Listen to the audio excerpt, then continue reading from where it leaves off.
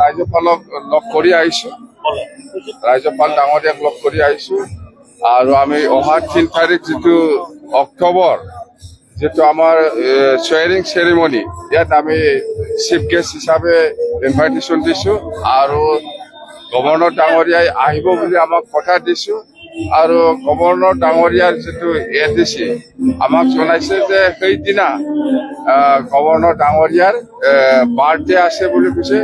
তো আমি কৈছো আমাৰ তাতে বিটিসিতে আমি একেলগে সেলিব্ৰেট কৰিম গভৰ্ণৰ ডাঙৰীয়াৰ যেটো বাৰ্থডে।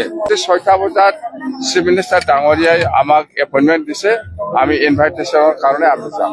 5 বছৰৰ বেছি সময় হল চিফ মিনিষ্টাৰ ডাঙৰীয়াৰ লগত মই আজিহে প্ৰথম। সেইদিনাখন ৰাতিপুৱা 4টা বজাত সাক্ষাৎ। এইটোতো বেলেগ, এইটো আমি এনে জাষ্ট যেটো আমাৰ এইটো ৰাজনীতি নহয়, এনে আমাৰ মাজত যিটো ফ্ৰেণ্ডশ্বিপ এইটো এনে মাত দিব আহিছো, কিন্তু পলিটিকেল নহয়।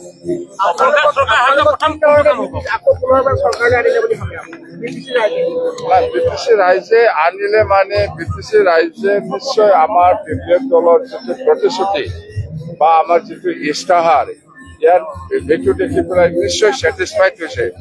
তো আমি সেইকাৰণে আমি কৈছো যে ৰাইজে বিশ্বাস কৰক, আমি সকলো জাতি জনগোষ্ঠী সকলো শ্ৰেণীৰ ৰাইজক আমি আহ্বান জনাইছিলো যে আপোনালোকে আমাৰ ওপৰত বিশ্বাস কৰক, ইস্তাহাৰত যেনেকে লিখিছে এনেকে আমি কাম কৰিম বুলি প্ৰতিশ্ৰুতি দিছে। সেইকাৰণে নিশ্চয় আমাৰ ওপৰত বিটিসিবাসী ৰাইজে নিশ্চয় বিশ্বাস লৈছে বা বিশ্বাস কৰিছে, যাৰ ফলত আজি বিপিএফ দলে মানে 28খন সিটত বিজয়ী হবলৈ সক্ষম হৈছে।